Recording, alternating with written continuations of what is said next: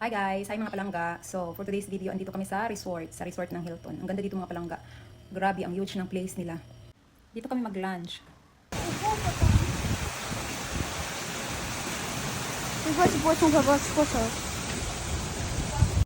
But before tayo makarating doon sa restaurant mga palangga, dahil ay medyo malayo-layo yung lakaran natin, makadaan muna tayo ng mga ano dito, mga fish at saka mga shops mga palangga. Nauna talaga yung mga souvenir shops nila mga palangga sa daanan. Ouais. Non, non.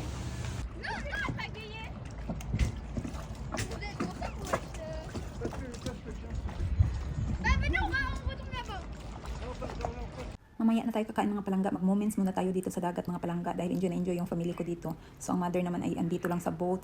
Nagko-costume ako mga palangga pero actually hindi talaga ako marunong lumangoy so hindi pwede akong tumalon dyan. Sa mukha ni Madam Palangga ay very accommodating man kaayo. Yung anak ko naman ay gusto daw niya manood ng fish. Kaya tinulungan siya ng boyfriend ng Madam dito mga palangga andito. So parang namang parang Pilipino din yung ugali nila mga palangga pa. Na kahit hindi mo kilala mga palangga, grabe, kahit hindi makakilala, nag-ano din sila. Kumbaga, i-entertain din sa amin. Kami very accommodating si Madam mga palangga. Minsan parang samok ba.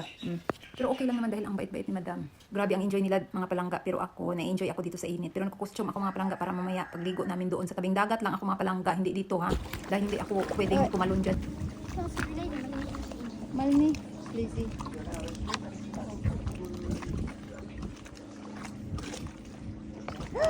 لله ايه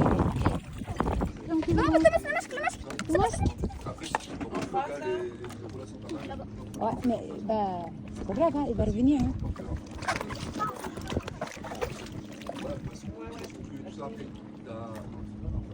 Alors, tu bois rien?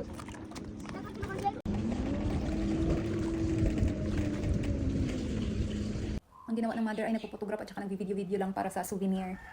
Hindi pwedeng maki-join yung mother ninyo dahil ay very deep ang tubig dagat. Mamaya na ako maligo.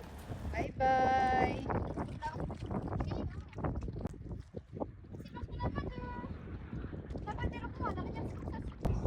Hop. J'ai tout préparé. T'as tout préparé? T'es sûr là? Papa. Fais gaffe de pas tomber. Alors, t'es contente? Attends. Allez, dis-moi quelque chose. Ah bon, je suis content, on est bien sur un bateau. D'accord.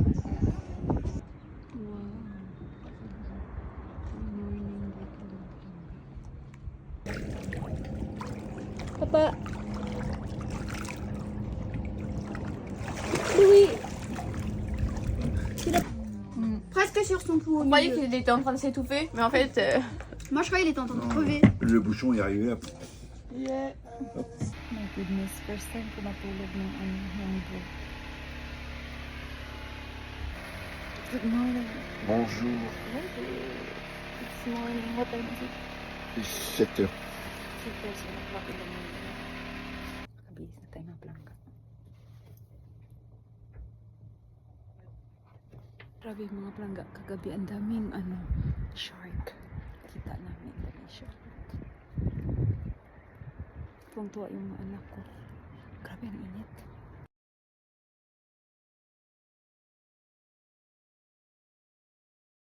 So mag-restaurant tayo mga palangga. Nice kain. Grabe. Napaka-huge ang ano nito, resort na ito mga palangga. Grabe ang ganda. Pero hindi kami nag-check-in dito no dahil ay very very expensive din ang mga ano nila hotel, ang mga cottages nila. Lalo na doon sa pinakadulo yung mga may bahay-bahay doon na mga parang kubo-kubo. Ang ganda. Ganda ng view. Siyempre ganyan naman talaga ang resort. Maganda ang view sa dagat.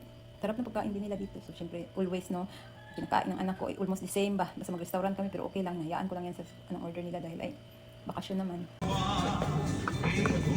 C'est bon, ça pour toi, Victoria? Sarap ng cocktail nila. Mocktail ito dahil walang kasamang nakakalefong. Para akong mga palangga naluluya sa sobrang init. Kanina pa kami lakad ng lakad kasi. T'as pris de photo, papa?